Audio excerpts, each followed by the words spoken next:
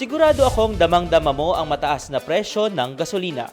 Pero alam mo ba na may paraan para kumita ng malaki at hindi ka nagagastos para sa gas? Dito sa Bataan, may chance kang kumita ng malaki sa pagiging TNVS driver.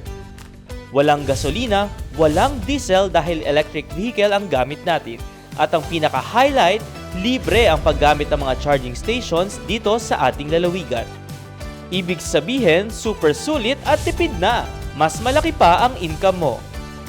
At alam mo ba na ang Bataan lang ang may full EV fleet ng TNVS sa buong Pilipinas na kayang bumiyahe sa buong rehiyon? Isang malaking hakbang ito tungo sa mas malinis na kapaligiran at mas sustainable na transportasyon para sa mga Bataenyo. Hindi ka lang kumikita, tumutulong ka pa sa mga solusyon sa transport problem lalo na ngayong may oil crisis. Mas maraming matutulungang pasahero, mas mapapabilis ang biyahe at mas maayos ang serbisyo. Perfect bilang full-time job or additional income para sa iyong pamilya.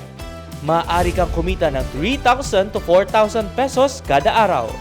Walang gas, may free charging, malaki ang kita at nakakatulong ka pa sa kalikasan at komunidad. Kaya ano pang hinihintay mo? Mag-TNVS driver na sa Bataan!